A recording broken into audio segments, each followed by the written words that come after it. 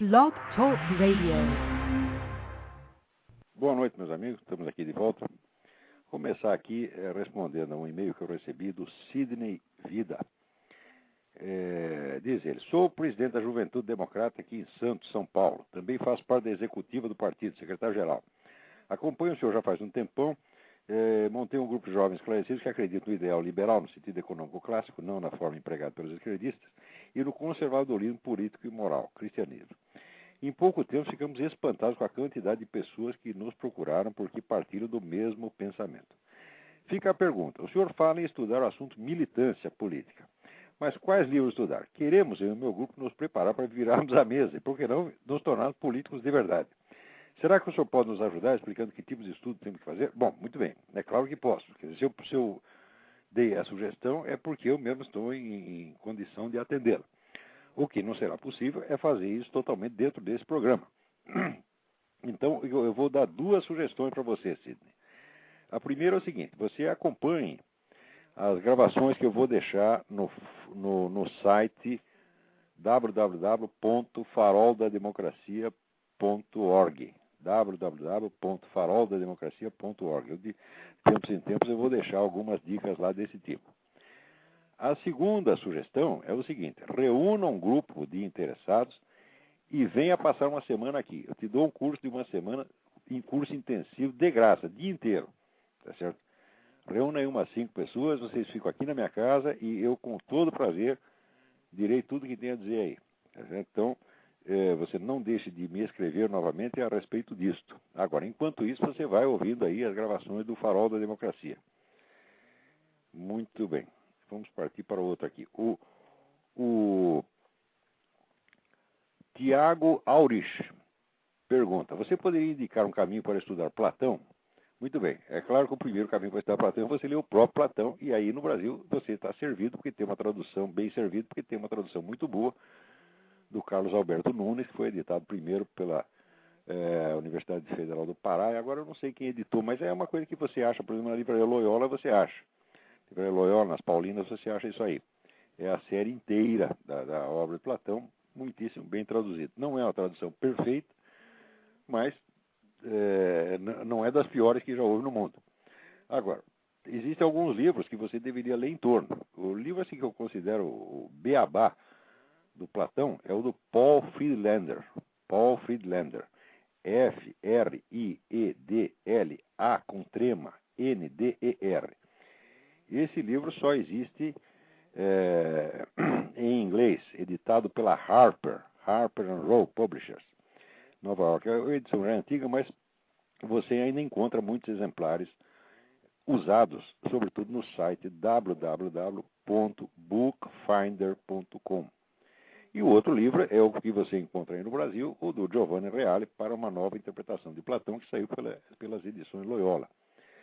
Se for possível ler o do Friedlander antes de tudo, faça isto. Ele é uma introdução que Friedlander fez para a tradução alemã que ele fez das obras de Platão.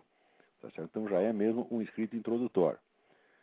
Naturalmente, essa edição, a edição do texto alemão do Friedlander, nem se encontra mais. Né? Então publicaram a introdução num volume separado pela Harper.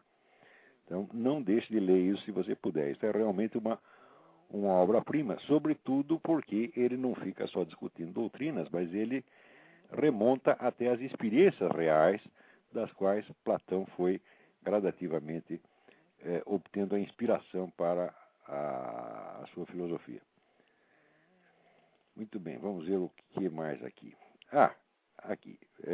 Alan Ishida do Nascimento. Eu acompanho os artigos do Olavo de Carvalho há algum tempo e, conhecendo o temperamento dele e o conteúdo dos seus artigos, sei que não há muitos jornais com coragem para publicá-los. Eu recebi por e-mail o alerta de que, após o artigo Opinião Concurso de Crimes sobre o blog do Júlio Severo, haveria como reação uma enxurrada de e-mails pró-mordaça para que o Olavo perdesse emprego. E houve mesmo. Daí eu já informo aqui o Cláudio que ele mandou um e-mail para o Jornal do Brasil protestando contra essa tentativa de calar minha boca. E, aliás, não foi só ele que escreveu, bastante gente escreveu, tanta gente que eu tenho dificuldade de responder um por um. Então, eu agradeço muitíssimo a todos por esse apoio, né? E é bom para esse pessoal não saber que está com essa turma do movimento gaysista, saber que não está com essa corda toda, não. Quer dizer, não é esse negócio de, vamos calar a boca dele. Porque, literalmente, ali no site onde eles discutiam isso, que era no Orkut, a conversa não era assim, refutar os meus argumentos, discutir comigo. Não, eles não querem discutir, não. A conversa era, nós já calamos a boca do Júlio Severo, agora só, era assim, literalmente, agora só falta calar a desse monte de bosta que é o Olavo de Carvalho, né? Então, falou, olha, aqui, meu filho, pode ser bosta, mas é bosta falante, você não vai calar assim tão fácil não, tá entendendo? Né? Agora, muito mais gente certamente escreveu a meu favor do que contra. O jornal não está publicando nenhumas cartas, nem as outras. Eu acho que o jornal não quer levantar uma polêmica em torno disso, né? E, de fato, eu não creio que o jornal tenha pensado um minuto em suspender a minha coluna. As coisas não são tão fáceis assim. Agora, por outro lado, eu recebi um e-mail de um rapaz crente evangélico, me parece uma pessoa sincera, mas que ele coloca umas ideias que me pareceram meio esquisitas. A primeira coisa que ele disse, não, eu acho que o único jeito de acabar com isso é criminalizar o homossexualismo antes que eles nos criminalizem, né? E daí ele pega lá para umas citações da Bíblia, né, cita o caso de Sodoma e Gomorra, e tenta dar embasamento bíblico. Eu digo, mas olha, com embasamento bíblico, sem embasamento bíblico, qualquer que seja o embasamento, nada no mundo vai me convencer que a maneira de você acabar com o homossexualismo é você trancar, né, um monte de gays num depósito de homens e um monte de lésbicas num depósito de mulheres. Isso aí é uma das ideias mais extravagantes que eu já vi. Tá certo? Quer dizer, só no enunciado da ideia você já vê o absurdo intrínseco dela.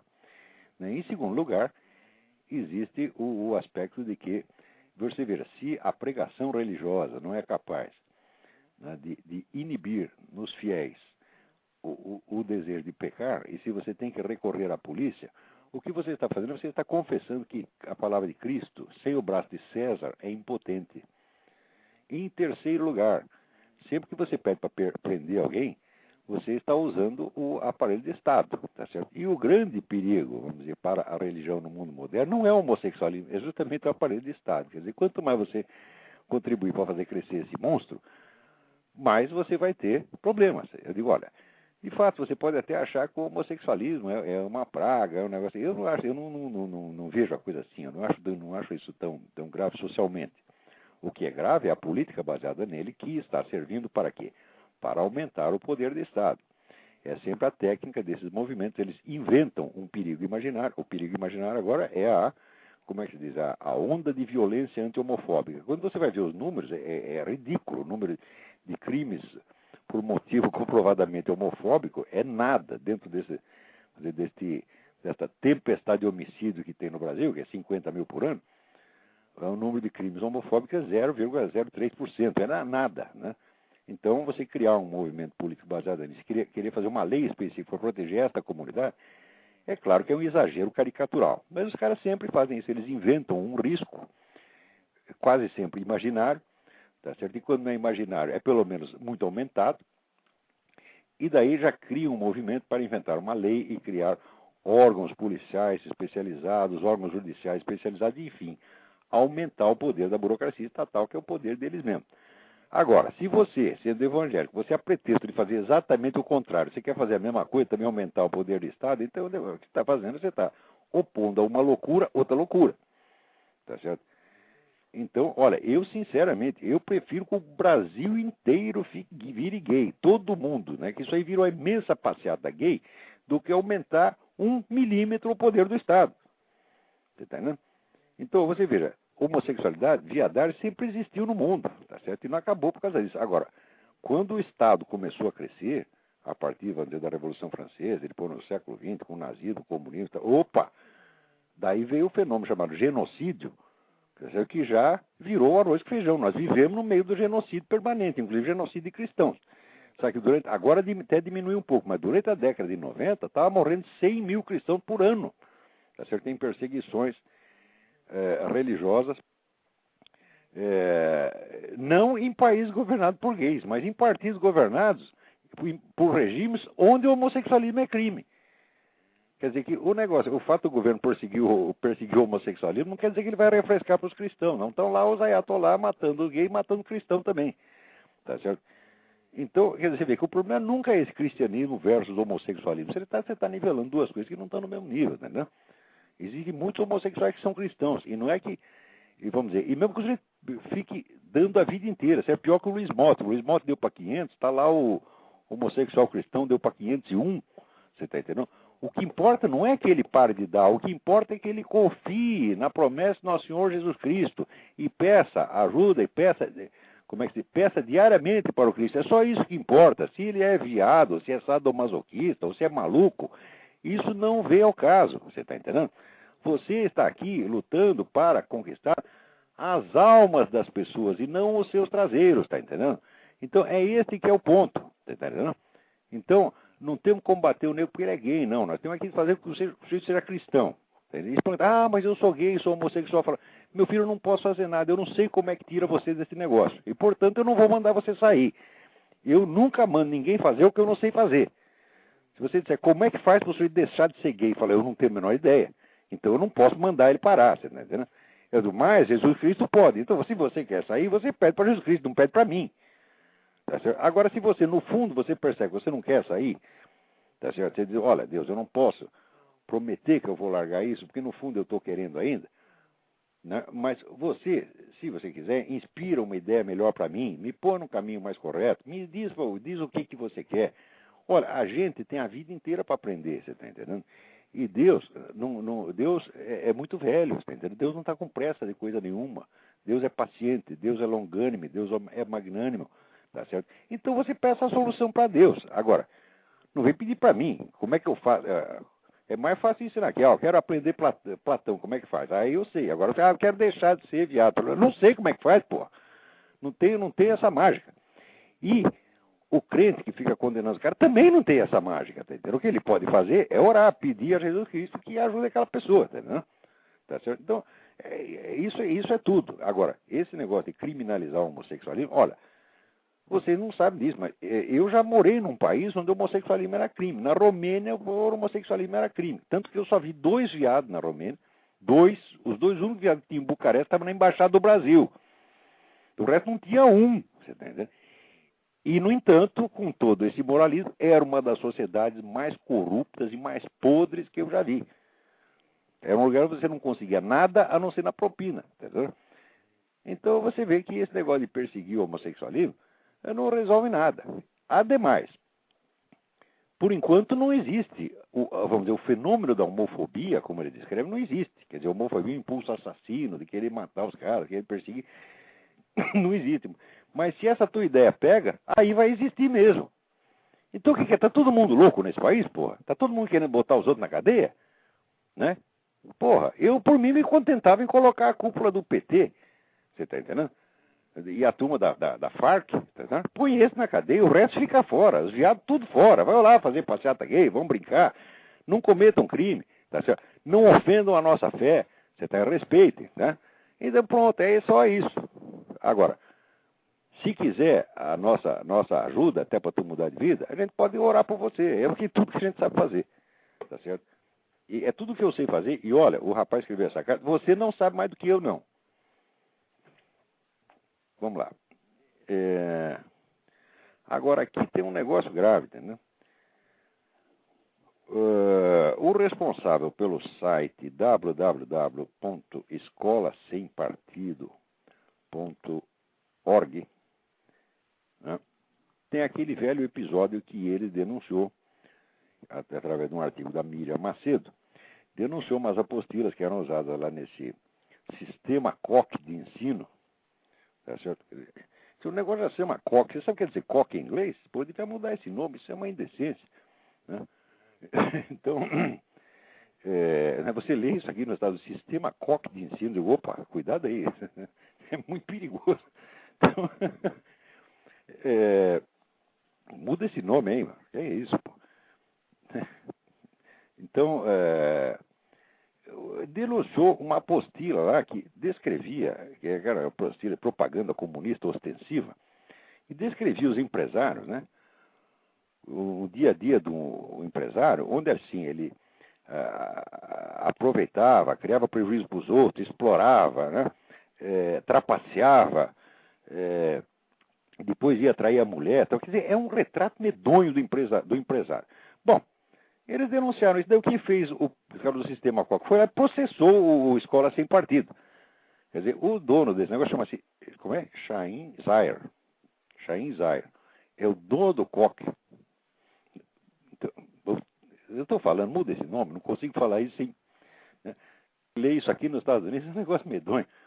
Então, o dono do Coque foi lá e processou o Escola Sem Partido. Olha, espera um pouquinho.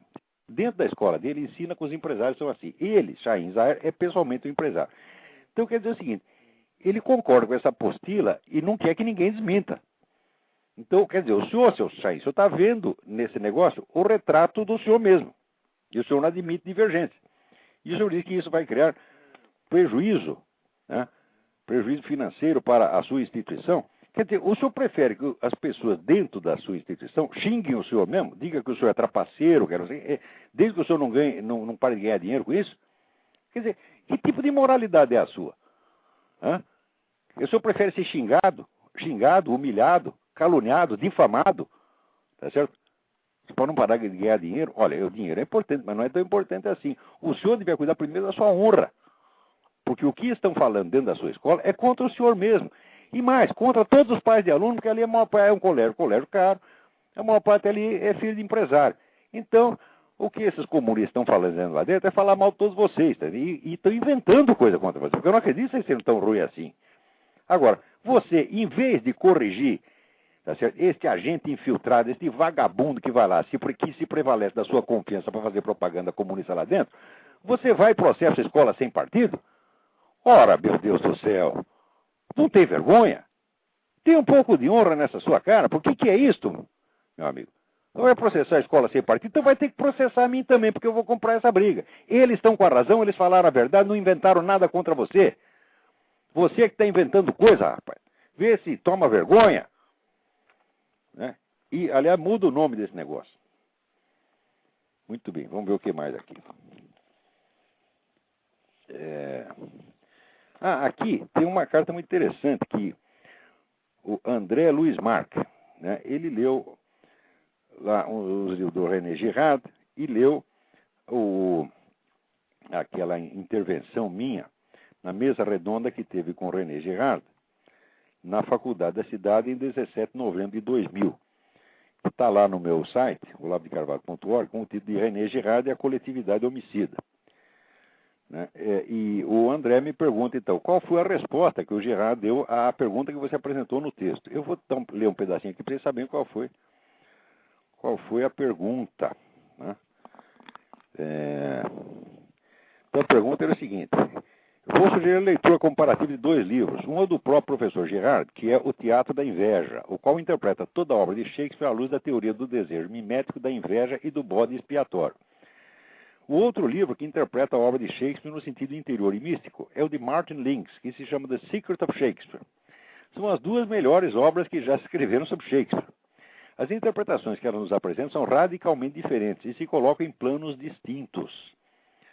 Né? Quer dizer, de fato, ali no livro do Shakespeare, no livro do Lynx, as obras de Shakespeare aparecem como uma espécie do manual da ascese espiritual, quer dizer, o caminho da espiritualidade, né?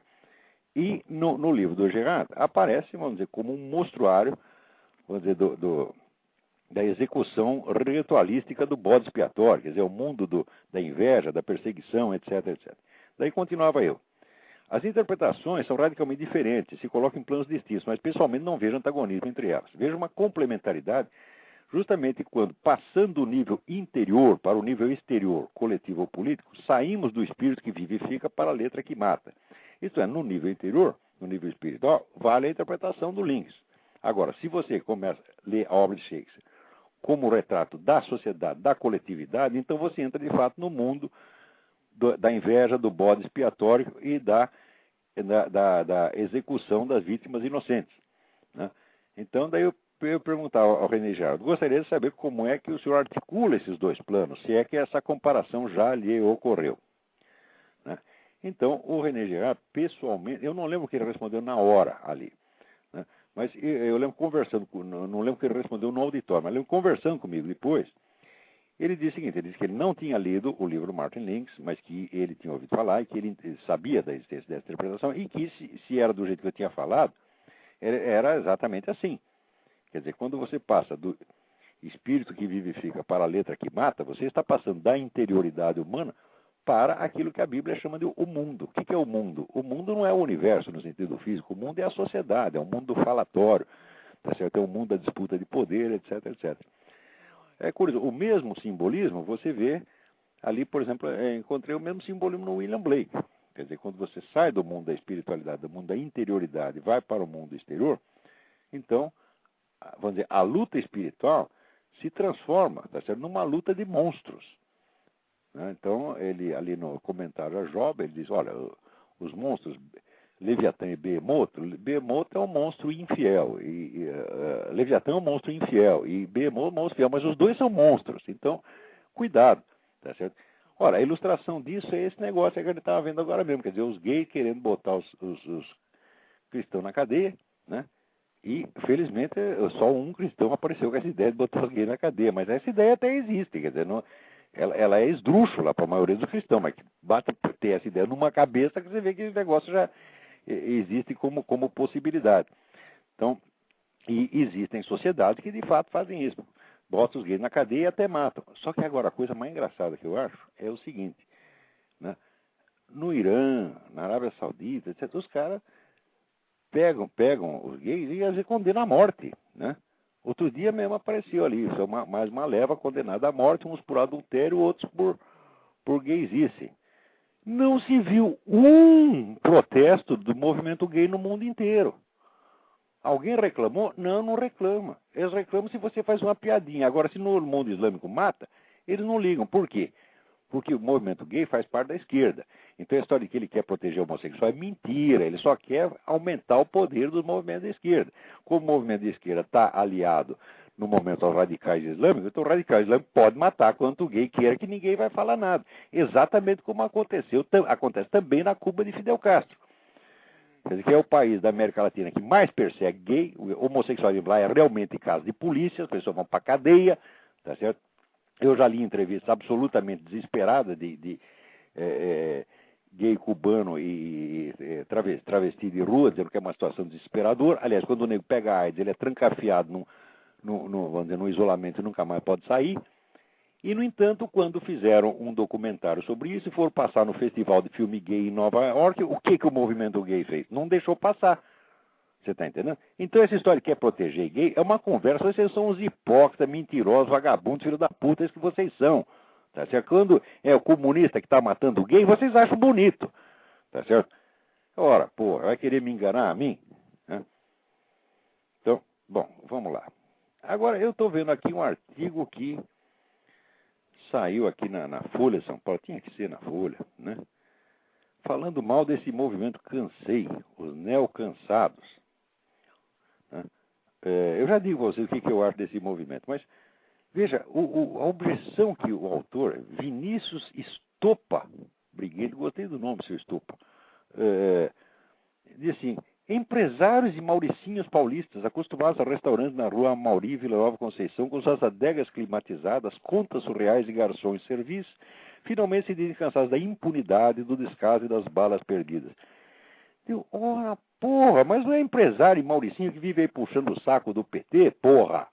Se não fosse empresário e mauricinho, o PT não seria nada. Agora, você fica querendo transmitir, vamos dizer, esta imagem estereotipada de classe, de que os inimigos do PT são a classe alta paulista. Então a classe alta paulista toda votou no PT, porra. Você não conhece Marta Suplicy? Ô, caralho. Quer dizer, quanto precisa ter paciência com essa gente? Quer dizer, vocês são mentirosos até a medula, vocês só vivem de estereótipo. É o mundo da imagem. Tudo que você quer é o seguinte: ter uma imagem bonita para você e pregar uma imagem feia no outro. Se é verdadeiro ou não, não lhe interessa. Né? Mas que coisa mais feia. Bom, agora, quanto ao movimento em si, eu vou dizer para vocês, eu acho assim, uma coisa muito grave o que está acontecendo no Brasil, que está pipocando para tudo quanto é lado, movimento de protesto contra, né, o caos aéreo, contra a corrupção, etc. Todos esses movimentos se dizem apolíticos e suprapartidários. Quer dizer, politicamente eles são absolutamente inofensivos. Eles não têm um projeto político, não têm uma estratégia, não têm um projeto de poder, não têm nada. Eles não ousam ter uma posição política, porque ter uma posição política é feio. Tá certo? É falta de educação. Quando não é posição política esquerdista, é feio. Então eles são todos apolíticos. Então, se não há um projeto político por trás dessas manifestações, essa manifestação não serve para absolutamente nada. Tá certo? Aliás, elas servem só para mostrar a subserviência, porque é aquele negócio, as pessoas vão lá não para protestar contra quem está no governo, mas para pedir providência às autoridades, que são os próprios caras contra quem elas estão protestando. Então, literalmente, estão pedindo socorro ao bandido, em primeiro lugar. Em segundo, como não estão ligados a um projeto de poder, elas não oferecem perigo nenhum para o esquema petista, mas elas oferecem um perigo medonho para elas mesmas e para todos nós. Por quê? Você não está concorrendo politicamente com as forças de esquerda que nos dominam, mas você está lá protestando e reclamando, tá certo? E tem até bastante gente, você cria assim, um certo movimento de massa. O movimento de massa não tem meta política alguma, então para que ele serve? Ele serve para o esquema petista apontar isso ao restante da população como exemplo de golpe em preparação. Começa a gritar muito contra o PT sem um projeto político, tá certo? Então o que ele faz? Imediatamente essa sua gritaria é inserida no projeto político do próprio esquema petista, seus burros. Porra, então vocês estão servindo lá de isca para o governo dizer, olha um golpe em preparação. Ainda vai esse homem do STM, que é um senhor de idade, eu não vou falar mal dele, general Olímpio, não sei das quantas, né? E ele diz assim, se alguém se perpetuar no poder, as Forças Armadas estarão vigilantes e farão alguma coisa. O que o governo no dia seguinte faz? Ameaça de golpe. Está aqui uma besta desse Celso Lungaretti, né, escrevendo aqui, dizendo que é ameaça de golpe. Por todo lugar veio pipocar ameaças de golpe. Eu digo, peraí, o sujeito diz que se alguém se perpetuar no poder, quer dizer que se alguém der um golpe, haverá um contragolpe. Aliás, um contragolpe que é obrigatório. As Forças Armadas têm obrigação de intervir. Se alguém violando a Constituição se perpetua no poder, e a Força Armada tirar de lá, não é golpe nenhum. Essa é a obrigação constitucional dela. E, ademais, o general falou em tese, né? Está na cara que ele não falou baseado em nenhum projeto político efetivo que ele tenha. Então, essas manifestações anárquicas, descoordenadas, sem estratégia, sem um esquema de poder por trás, sem um plano de poder, elas servem só para dar pretexto ao PT para dizer essa loucura de que tem um golpe em preparação. O único golpe que tem é o golpe do PT. Vocês não estão vendo? Vocês são cegos, porra. Tá certo? Quer dizer, dá até a impressão que o PT pagou esses caras. Olha, vai lá e faz uma manifestação de rua contra mim, tá certo? Para eu ter um pretexto de aí fechar o Congresso e intervir em tudo quanto é lado. Ora, o que aconteceu? Por exemplo, o pessoal acha ruim esse negócio vamos dizer, tá chocado com esse negócio do acidente da TAM. Está na cara que esse acidente, como outro que tem acontecido, como todo esse descalabro, como toda essa violência brasileira, esses 50 mil homicídios por ano, tudo isso é subproduto, tá certo? Da invasão que o PT está fazendo no Estado e nas empresas privadas. O PT está criando um poder superior ao Estado. E para ele fortalecer esse poder, ele faz qualquer coisa e qualquer negócio. Ele desmantela tudo. Ele desmantela toda a ordem social. Para quê? Para refazê-la, tomando ele próprio como seu centro e topo. Tá certo? Então, é o partido superior ao Estado. Se um partido, né, se torna superior ao Estado, claro que está instalada a anarquia, é claro que nada mais vai funcionar. Não vai funcionar nem o Estado, nem a polícia, nem os bancos, nem a administração, nem merda nenhuma. Tá certo? Por quê? Isso é o que... Leiam em Karl Mannheim. Karl Mannheim tem um livro que chama Diagnóstico do Nosso Tempo, tem um capítulo que chama Estratégia do Grupo Nazista. Leiam lá que você vai ver que é a mesma estratégia. Que o nazista ou comunista vai dar na mesma, tá entendendo?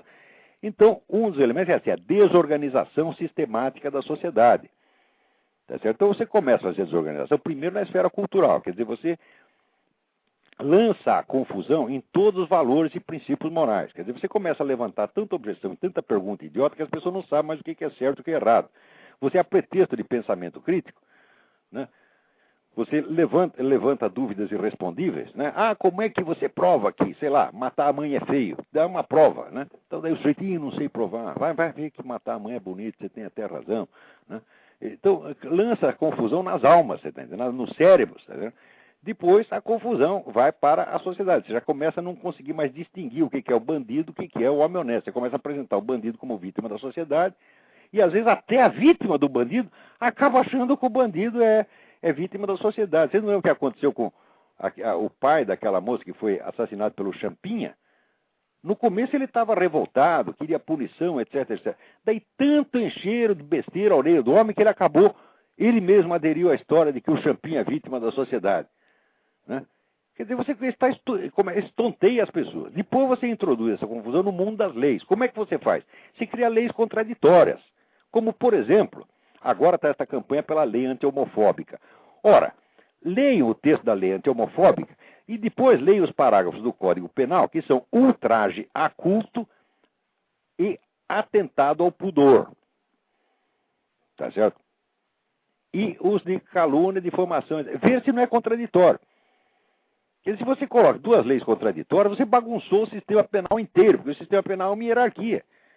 Aliás, todo o sistema legal jurídico do país é uma hierarquia. Isso aí já está no Hans Kelsen, que é a ideia da pirâmide. Lá no topo da pirâmide você tem o princípio fundamental. E todas as leis que vêm embaixo têm que obedecer o princípio fundamental. Se você começa a colocar leis casuísticas para defender este grupo, aquele grupo, conforme a força de pressão que o grupo tem, o que acontece? Você está abolindo a racionalidade das leis e colocando em lugar das leis, tá certo? A hierarquia dos grupos de pressão. Quando chega aí, a sociedade já está toda bagunçada e não é de estranhar que caia avião para tudo quanto é lado, que tenha apagão, tá certo? Que tenha 50 mil homicídios por ano. Ora, a negócio de apagão, você quer saber a origem do apagão? Eu digo, olha, 20 ou 30 anos atrás, não lembro exatamente, mas algo assim, de 20, 25, eu conheci um pessoal comunista que trabalhava na Eletropaulo, tá certo? E eles diziam o seguinte, olha, esse pessoal que está aí, eles não imaginam a nossa força, eles não sabem o que nós vamos fazer daqui a pouco. Espera uns anos que você vai ver, nós vamos aprontar o apagão, o grande apagão nacional. Foram eles que inventaram esse termo apagão. Mais tarde acontece o fenômeno, até com esse nome, e ninguém sabe de onde veio. E tem gente que ainda tem a cara de pau de achar que é tudo uma coincidência. Tudo isso é planejado, meu Deus do céu. Apagão aéreo, queda de avião, 50 mil homicídios por ano. Estude um pouco de história. Vejam como se faz uma revolução comunista e vocês vão ver o que está acontecendo no Brasil. Larguem de ser burros. Agora, acontece o seguinte, o brasileiro não lê livro. O brasileiro vai pela impressão. Ele vai no eu acho o quê. Você está entendendo? Sujeito, hoje em dia, graças a Deus, eu não tenho encontrado muito brasileiro. Porque senão eu já estaria na cadeia. Porque cada um chegasse assim, eu acho o quê? Eu já ia sair de porrada na cara do desgraçado. Porque eu já estou velho, não tenho mais paciência com gente burra e que quer continuar sendo burro. Né? E o burro que está lá apanhando, só se estrepa, os outros sobem em cima dele, tomam tudo que ele tem, humilham, e ele ainda continua teimando, né? Ele tem orgulho da opinião. Né? Eu digo, porra, o que é isso, meu Deus do céu? Né? Eu digo, tu é gay? Não. Então por que tu está orgulhoso de ficar de quatro? Porque o orgulho gay é isso aí, o sujeito dá e está orgulhoso. Fala, bom, mas é a cabeça dele, é a opinião dele, não podemos fazer nada disso. Mas você está sendo ferrado, tá certo? E continua com um negócio de orgulho? Digo, tu já está no chão, rapaz, já pisaram em cima de você, cuspiram, cagaram em cima de você e você ainda está lá querendo bancar orgulhoso? Que estupidez é essa? Seja um pouco humilde, aprende com quem estudou, tá certo? Lê os livros que eu estou te falando, tá certo? Ora, meu Deus do céu, esse negócio de comunismo, eu estudo esta coisa, vai fazer 40 anos. Tudo isso está acontecendo no Brasil, eu digo, é um filme que eu já vi, eu já sei quem mora no fim. Tá certo? Porque todas as revoluções comunistas são feitas assim. Agora, hoje tem umas diferenças específicas. Quer dizer que a economia do mundo mudou muito, a estratégia do movimento comunista também mudou muito. Né? Então, hoje, mais do que nunca, vigora o princípio inicial de Karl Marx de que você não pode fazer a socialização dos meios de produção do dia para a noite. Tem que ser um processo lento, gradual e de muitas gerações, no qual vai haver uma transferência de poder, tá certo? Gradativo e quase insensível. Ora, como é que se faz essa transferência de poder? Por exemplo, você já ouviu falar de fundos de pensão? Fundo de pensão é um instrumento político poderoso, mediante o qual a militância, e sobretudo a elite militante, tá certo? Vai tomando as empresas desde dentro. Precisa tomar o Globo. Quem é o presidente do Globo? É o Felipe Arstu, que é um terrorista aposentado. Como é que ele fez? Né? Vai comprando ação, junta um grupo, vai comprando ação, daqui a pouco a empresa é dos comunistas mesmo, porra. Né? Então, isto mostra para vocês que o problema da socialização dos meios de produção não é a essência do movimento socialista, a essência é a transferência de poder político, tá certo? Da classe proprietária, da antiga burguesia, para a intelectualidade ativista. Se vai ou não vai socializar os meios de produção, isso nós deixamos para decidir depois, nós vamos ver se é vantagem. Tá entendendo? Talvez nem socialize nunca. Tá entendendo? Quer dizer, eles querem fazer o capitalismo, não precisa nem fazer o socialismo, basta fazer o capitalismo deles, que é um capitalismo controlado, tá, não só pelo Estado, mas por esses grupos de pressão comunista, eles ficam até contentinhos com o capitalismo e nem querem mais acabar com ele. Quer dizer, o problema do comunismo não é um problema econômico, meu Deus do céu.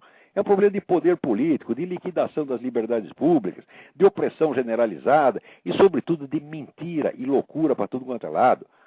Tá certo? Agora, você pega esse empresariado brasileiro, o que é empresariado brasileiro?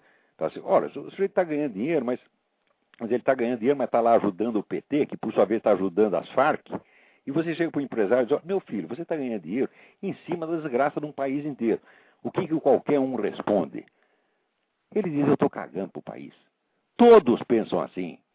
E acham, só que é o seguinte, quantas pessoas, até onde um país aguenta ter uma classe empresarial assim? Se todos pensam assim, o país vai para o buraco e eles vão para o buraco junto.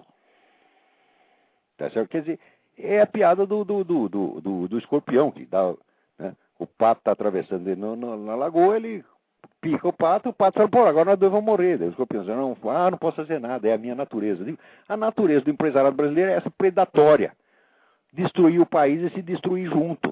Você está entendendo? Assim não dá, porra.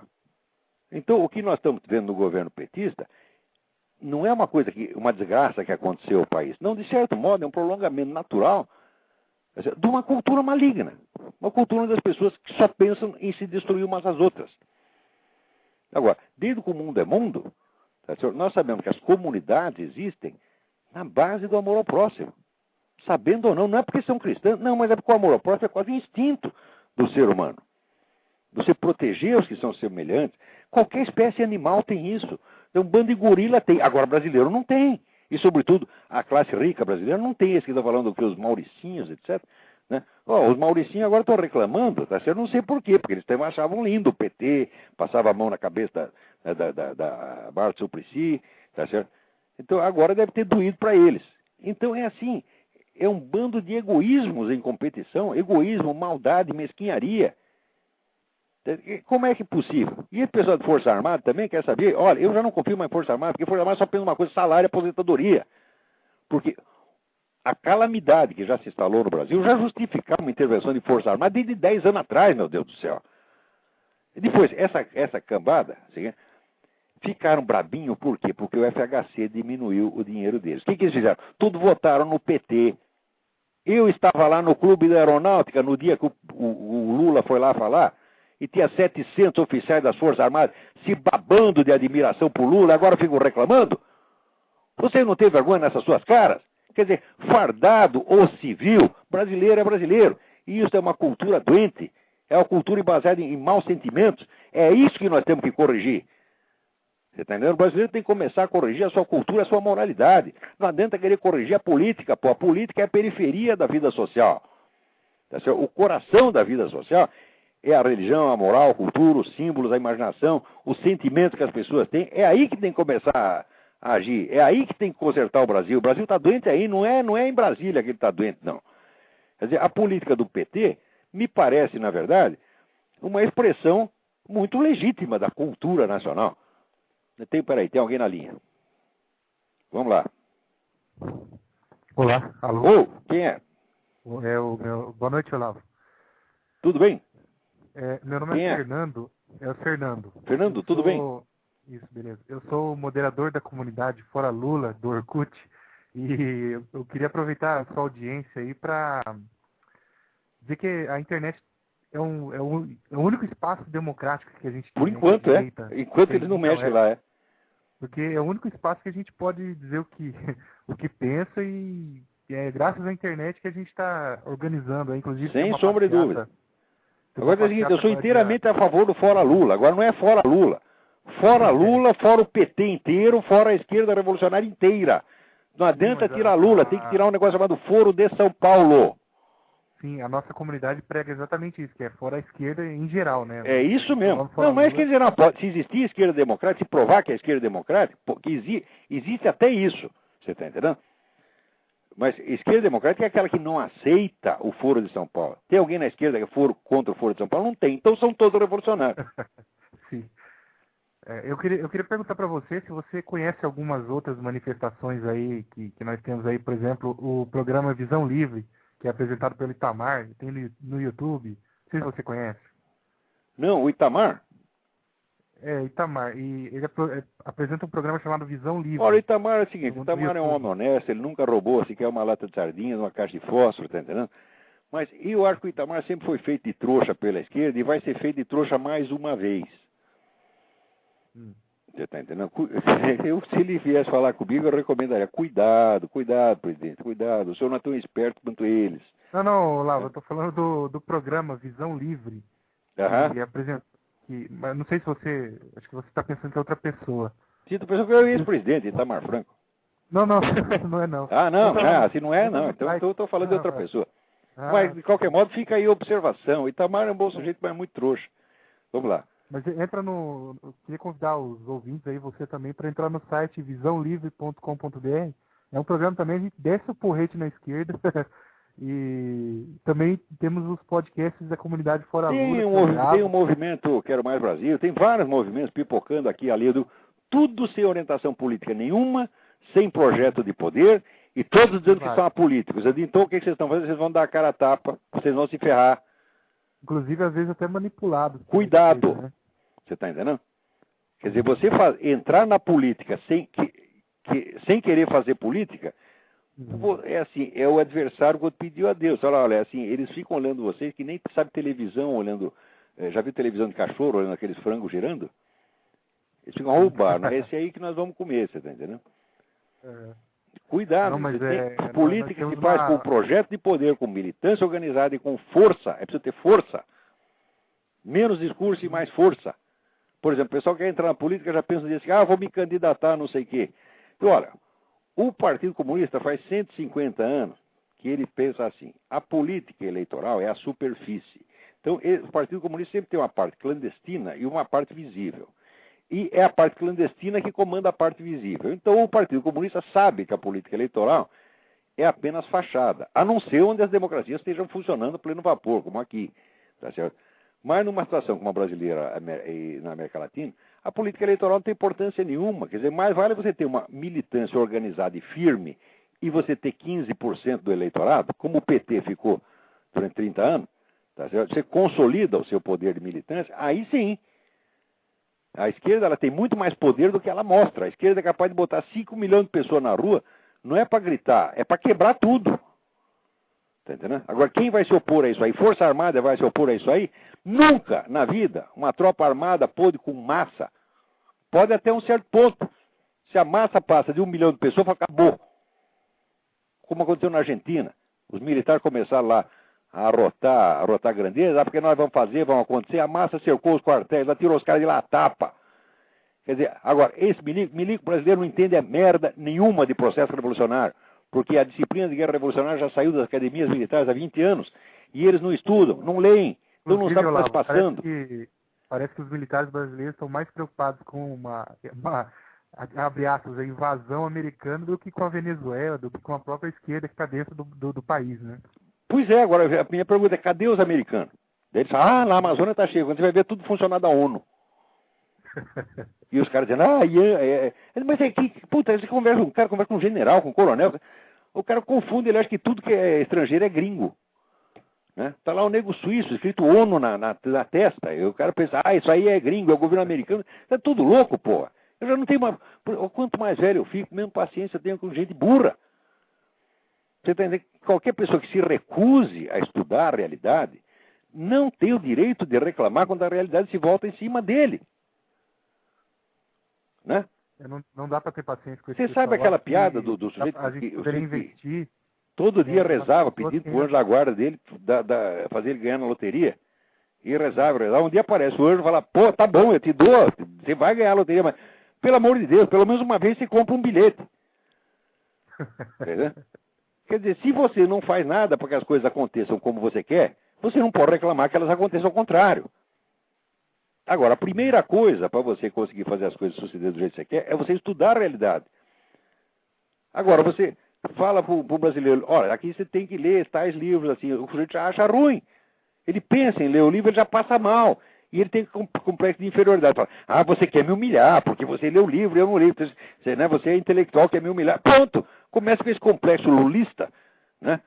De que eles acham que cultura é luxo, cultura é coisa de Mauricinho. Eles todos são Mauricinho, né? Mas daí aparecia eu que sou um pé rapado, que li mais livro que eles acham que o Mauricinho sou eu. Então inverteu tudo. Até no Brasil tinha gente que me confundia com Olavo Monteiro de Carvalho. Ele leu mais de 3 livros, só pode ser banqueiro. Eu digo, não, o banqueiro não lê, porra. No Brasil, a classe alta é tremendamente inculta, tanto quanto o Lula.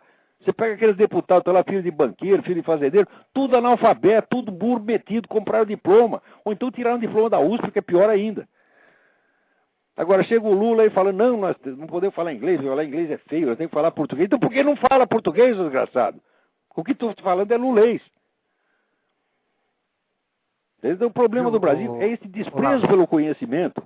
Mas o conhecimento é a nossa via de acesso à realidade objetiva. Conhecimento não é para você ficar ostentando, para você mostrar que bacana. Não, você precisa estudar, tá certo? Para você salvar a sua vida, porra. As pessoas não entendem isso. Eu li sobre essa do inglês aí, eu não acreditei. Eu falei, não, me passa a fonte, isso aí não é possível que o cara fale uma coisa dessa. Quer dizer, o homem acha que o que ele fala é português, porra. E quem é que vai tirar isso da cabeça dele? Então, é o seguinte, esse movimento, eu apoio todos eles. Eu acho que está tudo certo, só faltando a cabeça.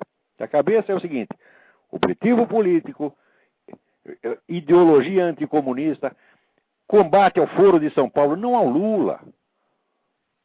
O Lula chegou aí agora, o Foro de São Paulo está aí há 17 anos e ninguém fez nada, porra. São 180 organizações roubando, matando brasileiro. Tá certo? E aí essa putada toda, esse seu Otávio Frias, seu João Roberto Marinho, todo mundo escondendo isso. Né? O pessoal da Veja, todos eles ajudaram a esconder. Se o Arnaldo Jabor, vai ver, procura as colunas do Arnaldo Jabor. O Arnaldo Jabor, quando dá um peido anti-Lula, todo mundo acha que é um herói nacional. Procura a expressão Foro de São Paulo nos artigos do senhor Arnaldo Jabor, vai ver que ele nunca falou disso, que é um covardão. Tá certo? Ora, porra. Olavo, você é o seguinte. Por exemplo, concordo com você que esse pessoal aí que tá com a cabeça já, o cara já podre de tanto comunismo, não compensa nem respeitar uma pessoa dessa, nem tentar convencê-la do contrário. Mas será que o foco nosso não seria importante, por exemplo, tentar esclarecer na cabeça das pessoas que ainda não foram contaminadas por tudo isso, o mal... Olha, presta atenção, qualquer coisa de ruim que o governo Lula faça não será tão ruim quanto a aliança que ele tem com as Farc. A aliança que foi celebrada no Foro de São Paulo, poucos meses antes do Lula ser eleito presidente, onde a Assembleia, presidida pelo Lula, hipotecava total apoio às Farc e condenava como terrorismo de Estado tudo que o governo da Colômbia fez, qualquer combate que o governo da Colômbia movesse contra ela. Isso foi o maior crime. Outra coisa, as reuniões secretas que o Lula teve com essa gente do Foro de São Paulo, são crime. Esses crimes são os crimes maiores. Agora, roubou um dinheirinho aqui, fez um mensalão. O pessoal reclama contra isso. E do que é cair um avião com 200 brasileiros se morrem 50 mil brasileiros por ano, graças ao narcotráfico? E enquanto isso está lá o governo passando a mão na cabeça das Farc e ninguém fala nada. O pessoal reclama do avião. Sabe por que os brasileiros reclamam do avião e não reclamam do Foro de São Paulo? Porque é um povo de covardes. Então eles preferem falar do probleminha, porque o problemão é grande demais, eles têm medo. Exatamente. É horrível isso, horrível. Não fala sobre isso, né? Isso que é o problema. Todo mundo, ninguém quer falar. Não vamos falar sobre isso. Porra. Então você merece o PT, você merece pior que o PT, você merece o Fidel Castro, porra. Agora, coitado desses cubanos que foram fugir logo pro Brasil. O Brasil é capaz de devolver eles, porra. Tinha que fugir pra cá. Eles pensam que Miami é aí, porra. Né? Isso aí é que nem meus antepassados que disseram para eles que eles estavam indo pra América. Era América, só que era América Brasil, né? Coitados dos portuguesinhos. Não melhorou muito. Escuta, tem mais gente na fila aí pra falar. Tudo bem, obrigado, Olavo. Então, de qualquer maneira, parabéns, vão em frente com esses movimentos, mas pelo amor de Deus, raciocinem politicamente. Não, a gente tá no caminho certo. Tá bom. Não. Agora já saiu o sujeito da linha ou seguinte que tá. Agora tem uma carta aqui do Fábio, né? Ele cita o parágrafo que saiu do meu artigo. O parágrafo diz o seguinte: a estratégia no caso do marxismo seria impotente para obter resultados tão animadores se não fosse secundado por uma técnica ainda mais sutil e maravilhosa, que é de camuflar as ações e os efeitos da própria militância marxista sob a aparência de forças sociais impessoais que, hipostasiadas, posam então de agentes da história no lugar dos agentes de carne e osso a serviço dos movimentos revolucionários. Então essa é, por exemplo, o pessoal das Farc vai lá, dá um monte de arma para o pessoal do PCC, né, um monte de arma para os bandidos, ensina eles a fazer guerrilha urbana, tá certo? Oferece cocaína para eles a preço de banana, etc. E daí, é claro, aumenta o banditismo, eles começam a matar gente tudo quanto é lado, daí o próprio cara da Farc paga o sociólogo para dizer isso é causado pelo capitalismo monopolista, etc, etc. Ora, porra, isso tem uma farsa monstruosa. A ciência social inteira, a ciência social é empulhação, ela inteirinha, né? Mas, bom, daí, diz o Fábio aqui, quero comentar sobre o parágrafo que você escreveu e está reproduzido no final do e-mail. Este foi essencialmente o motivo do meu abandono do doutorado no meio do curso. Após fazer uma dissertação curta e burocrática sobre o Fórum Social Mundial, eu estava elaborando um projeto mais ambicioso sobre como deve ser para o doutorado, mostrando a origem e a unidade ideológica da pluralidade de movimentos do Fórum Social Mundial. O meu orientador disse que eu não podia escrever aquilo. Ora, que porra! Quer dizer, é claro, o Fórum Social Mundial tem uma origem única, sim, é tudo coordenado. Não é uma coisa espontânea, não é um aglomerado de movimentos que foram se juntando, não, eles têm toda a mesma origem. O Fábio está montado na razão. Só que, nas ciências sociais, é proibido você mostrar a ação humana de um grupo estratégico. Você tem que fazer de conta que tudo apareceu da espontaneidade social, dos conflitos de classe, etc, etc. Quer dizer, isto é uma empulhação, né? A literatura em ciências sociais sobre o Fórum Social Mundial é toda laudatória do ponto de vista da esquerda. Então é assim, é isso que eu estou falando. Só ciência social no Brasil é toda empulhação da primeira ao último. Tá certo? Quer melhorar o Brasil? Fecha todas as faculdades de ciências sociais. Demite todos os sociólogos, antropólogos, economistas. Você vai ver, vai melhorar muito. Advogado, então, nem se fala. Tá certo? Faz que nem o Fidel Castro, manda advogado cortar cana. Tá entendendo? Aí não tem cana, manda cortar outra coisa. Tá certo?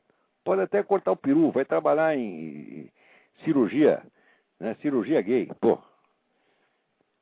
Vamos lá, tem alguém na linha aí. Alô? Alô? Quem é? Do seu lado? Eu? Fabrício, de BH. Tudo bem, Fabrício? Joia, eu sou professor de filosofia, eu utilizo seus textos lá numa faculdade privada, eu utilizo seus textos lá contra os colegas lá, mas... Muito bem, se achar ruim, você sabe o que é pra fazer, né? Eu sei. Fala aquelas palavrinhas, vai tomar no cu. Exato, contra esse tsunami marxista aí, mas tem nada certo.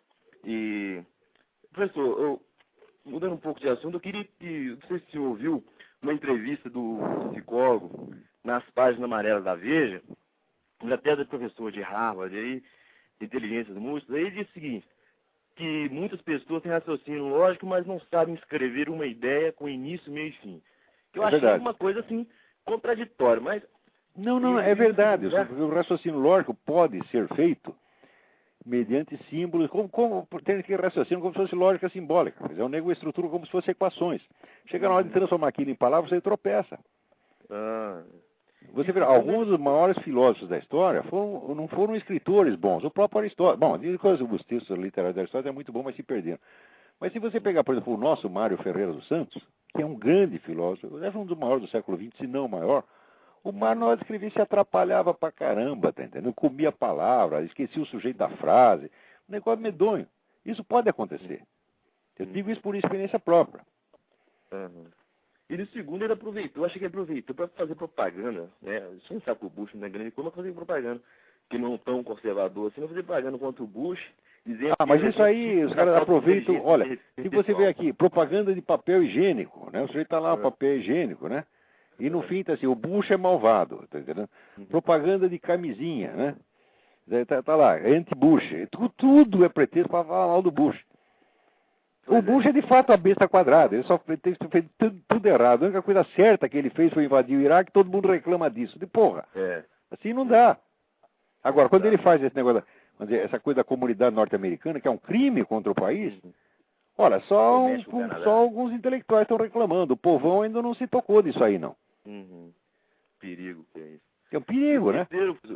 O Diego está defendendo a segurança nacional lá no Iraque e abrindo a porta aqui para entrar um monte de inimigo. Não é possível, parece que o mundo está se brasilianizando mesmo, viu? Olha, Bush para presidente do Brasil, depois do Lula só o Jorge Bush. E o terceiro, o psicólogo falou que a inteligência não tem nada a ver com a moral, que eu fiquei um pouco chocado, e citou como exemplo o caso de Goebbels, que segundo ele dominava a língua alemã como Goethe. Eu achei um filme... Não, dominar a língua alemã, assim, você tem um monte de garoto mongoloide que é calculador prodígio, tá entendendo? Agora, eu estudei a vida de Goebbels. O Goebbels, de fato, era um homem de alta inteligência, mas o Goebbels era louco, tarado, porra. Tá, ele, quando conheceu o tal do Hitler, ele teve uma atração por cara que não era nem gay, era um negócio idolátrico, psicótico totalmente. Não existe cara inteligente psicótico, tá aí o pessoal vive lendo Nietzsche. Nietzsche é totalmente psicótico, porra. Pois é. Quer dizer, a inteligência, vamos dizer, a inteligência no sentido operacional, mas quando acontece hoje eles chamam de inteligência, a capacidade operacional. Eu não chamo. Eu uso inteligência como capacidade de conhecer a verdade. E nesse sentido, a psicologia não tem acesso ao estudo da inteligência, porque a psicologia não pode dizer o que é verdade e o que não é. Então você estudar inteligência fazendo abstração do fenômeno verdade já é uma loucura. Mas não estou dizendo para você, ciência social é tudo empulhação. E a psicologia inteira é uma empulhação. Tá? Pois é. E os gregos já sabiam disso há muito tempo, né, professor? Olha, você, veja, eles, por exemplo, acreditam que existem vários tipos de inteligência. Existe uma inteligência verbal, uma inteligência matemática, etc. Bom, muito bem. Mas acontece que todas essas, elas só são inteligências mesmo quando elas captam o que é verdade.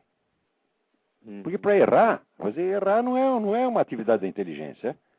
É uma atividade apenas da função de que ela se serve, que pode ser a imaginação, pode ser o raciocínio lógico, etc. O raciocínio lógico pode errar tanto quanto a imaginação pode errar. Está entendendo? Tanto quanto a consciência moral pode errar, todas são funções. Agora os caras confundem em função com a inteligência mesmo. Procura um texto meu que está na minha página, que chama Inteligência, Verdade e Certeza. Eu estou explicando exatamente isso. Os caras falam, eles não têm mais ideia do que é inteligência, meu Deus do céu. Eles confundem inteligência com as funções de que a inteligência serve. Quer dizer, não tem capacidade abstrativa para perceber que existe uma função cognitiva mais alta que abarca todas essas. Tá entendendo? Beletrismo puro, né? Beletrismo. Olha, Harvard está virando uma espécie de USP. Harvard está virando escolinha do MST, só que é mais caro, tá entendendo? Harvard é o grande responsável por esse descalabro jurídico que tem aqui. Que juiz legisla, tá entendendo? A Suprema Corte inventa a lei. Tudo isso saiu de Harvard. Agora o pessoal fala Harvard de boca cheia. Harvard tanto é merda que o Mangabeira Unger foi professor lá, porra. Exato. Então tem que parar com esse negócio. Quer dizer, uma universidade vale pelo que ela efetivamente cria e produz.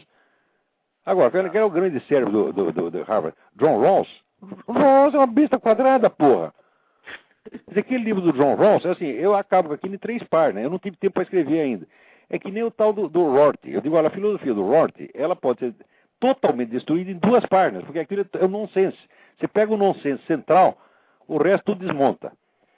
Eu me lembro que quando eu estava na faculdade, eu estava na UFMG, de Belo Horizonte, aí veio o Rorty, veio para cá, e eu me lembro que tinha aula de Aristóteles, Ética Nicômica, ou assisti o Rorty. Eu dou graças a Deus por ter ficado na aula de Aristóteles. Mas claro. A palestra dele. Claro. Os Rorty dizem que ele era muito bom sujeito, muito amável, etc. Mas todo vigarista é, né? Professor, então, eu prefiro nele que xinga. O Mário Ferreira dos Santos, você está entendendo? Quando ele não gostava de uma pessoa, o sujeito e estendia a mão para ele, não dava a mão e falava, não vou encostar em merda. É na sua cara, você está entendendo? Outro que, assim, nosso fundador, glorioso José Bonifácio de Andrade Silva, também, para mandar os caras tomar no cu, não pensava 2 vezes. Eu prefiro o jeito de falar as coisas na lata, mas que é sincero e verdadeiro, no qual você pode confiar. Exato. Agora, cara de fala mansa, né? Você já ouviu o ex-cardeal, o Dom Paulo Evaristo, falar? Parece música nas orelhas. Só que tudo mentira. Não Exato. Pode, brasileiro gosta muito das aparências, tá entendendo? Tem que começar a gostar da coisa substantiva e ter, sabe, amor a Deus significa amor à verdade, doa quem doer. Outra coisa, Verdade não é a nossa opinião. Verdade custa, verdade dá trabalho, você tem que investigar. Você fica em dúvida, você fica todo atrapalhado. Eu não vejo ninguém fazer esforço de encontrar a verdade no Brasil. Só vejo pessoa forçando para defender opiniões que ela já tinha desde os 15 anos. Exato. E eu te garanto para você, cada opinião minha custou muito trabalho. Custou muita dúvida, custou muita investigação, custou angústia, custou sofrimento. Tá certo? E eu só defendo por causa disso. Agora, mesmo assim, tudo que me custou para eu descobrir alguma coisa, se provar que eu estou errado, eu vou ter que voltar atrás. Agora, esses caras não, quando é 15 anos, ele aderiu uma besteira, a primeira besteira que entrou pela orelha dele, passa o resto da vida defendendo aquilo no puro automatismo, que nem Oscar Niemeyer. Acho que Oscar Niemeyer não leu 3 livros depois que se formou em arquitetura, tá certo? Ele leu o Zé Saramago e o Zé Saramago, tá certo? E pronto, e fica lá repetindo aquela besteirada até os 90 e tantos anos. E daí o cara dá um respeito à velhice. Eu não respeito a velhice, porque agora também sou velho, quer saber? E um velho pode mandar outro velho tomar no cu, eu falo, grande novidade. Eu me lembro até que humildemente, na faculdade eu já dizia que eu até gostava muito de Nietzsche, né? Ser um sedutor e tudo, mas aí eu comecei a fazer a virada e vi que o Nietzsche era o grande responsável, assim, que muitos marxistas iam utilizar Nietzsche. Eu falava isso, eu ainda não tinha lido os seus textos, eu falava que por esse combate que ele fazia contra a moral, né, conservadora, cristã e judaica, e o Nietzsche ia servir de instrumento para os marxistas. Pois é claro. O Nietzsche caiu assim de mão beijada para isso, foi uma maravilha o Nietzsche, né? Exato. E hoje eu vejo assim... Agora aqui, se eu te interromper, nós não temos mais tempo. Falta 20 segundos para acabar o nosso programa. Pois é, esses best-sellers sobre o Nietzsche aí, o que o senhor acha que está saindo aí quando Nietzsche chorou, essas coisas assim? Nietzsche é filósofo para adolescente, porra. Nietzsche é a revista Playboy da filosofia, é atraente por nego trancar no banheiro e ficar, sabe, né? Pô, Nietzsche é uma masturbação mental, porra. E de vez em quando ele tem uma sacação, uma ou outra, assim, psicológica, muito interessante. Mas não passa disso. Não passa disso. Não passa do... Não sei, com algum talento psicológico, um talento verbal fora do comum. Tá certo? Mas filosoficamente aquilo é nada. Realmente é nada. Exato. Ele joga todo confuso, todo desencontrado, todo desengonçado. Tá certo? E que, bom, no final, pelo menos, ele teve a honradez de ficar louco. Porque ele é louco, já é sifilítico. Tá certo? Então, o mundo de hoje adora um sifilítico. O sifilítico tem umas ideias esquisitas, né? E eles acham isso adorável, né? Esse é um louco que se prosterna diante de outro louco. Exato. Professor, um abraço. Um abraço, tudo de bom. Olha, então, até a semana que vem. Muito obrigado a todos. Ficou faltando aqui um monte de e-mail, mas não deu. Muito obrigado a todos. Tchau, tchau. Obrigado.